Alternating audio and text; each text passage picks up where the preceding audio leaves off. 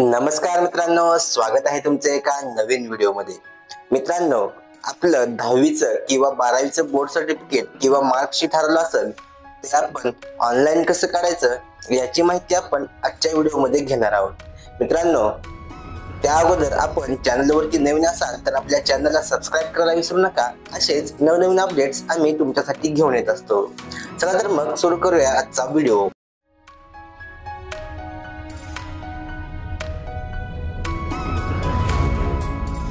सर्वप्रथम क्रोम मध्ये boardmarksheet.maharashtra.gov.in ही website open करून घ्यायची आहे। आपल्या समोर असा इंटरफेस ओपन होईल। इथे आपल्याला आता डाव्या बाजूला क्रिएट न्यू अकाउंट या बटनावरती क्लिक करायचं आहे।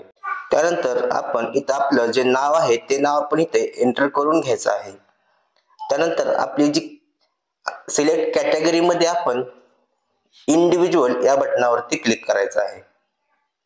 त्यानंतर रजिस्ट्रेशन फॉर एसएससी एचएससी और एसएससी एंड एचएससी बोथ यावरती तुम्हाला जे हवं आहे त्यावरती क्लिक करायचं आहे। नंतर आपला मोबाईल नंबर एंटर करायचा आहे व आपला ईमेल आयडी इथे एंटर करायचा आहे व एक स्ट्रॉंग पासवर्ड क्रिएट करून घ्यायचा आहे। मित्रांनो, तोच पासवर्ड आपण इथे कन्फर्म करून घ्यायचा आहे।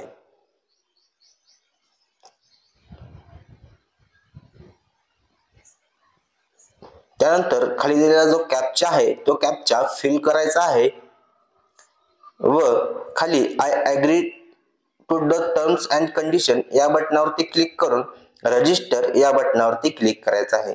आपलं रजिस्ट्रेशन सक्सेसफुल होईल।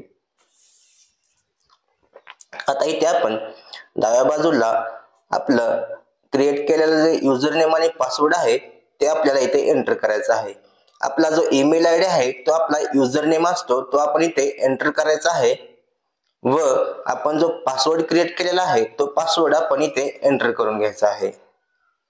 त्यानंतर खाली दिलेला जो कॅप्चा आहे तो कॅप्चा फिल करायचा आहे व साइन इन या बटनावरती क्लिक करायचं आहे। आता आपण आपलं लॉग इन होईल। इथे आपल्याला वरती व्हेरीफाय एसएससी मार्कशीट यावरती क्लिक करायचं आहे। आता आपण आपली एसएससी कोणत्या वर्षी झाली आहे ते इयर निवडायचं आहे। नंतर एक्झाम सेशन आपलं मार्च आहे की ऑक्टोबर आहे ते सेशन इथे निवडायचं आहे। त्यानंतर आपला इथे एक्झाम सीट नंबर इथे आपण टाकून घ्यायचा आहे। त्यानंतर आपल्याला 10वीच्या मार्कशीट वर एकूण किती मार्क मिळालेले आहेत ते मार्कशीट नुसार आपण एंटर करायचे आहेत। नंतर खाली दिलेला जो व्हेरिफिकेशन कोड आहे तो आपण इथे टाकायचा आहे व सबमिट या बटनावरती क्लिक करायचं आहे। आता आपल्या समोर आपलं मार्कशीट ओपन होईल। आता इथे आपल्याला खाली डाउनलोड एसएससी मार्कशीट पीडीएफ यावरती क्लिक करायचं आहे। इकडे आपल्याला आपल्या इथे मार्कशीट एसएससी चं मार्कशीट जे आहे ते इथे आपलं डाउनलोड होईल। त्यानंतर आपण उजव्या बाजूला आपलं जे बोर्ड सर्टिफिकेट आहे 10वीचं ते डाउनलोड करू शकतो। हे आपलं आता बोर्ड सर्टिफिकेट इथून डाउनलोड झालेलं आहे।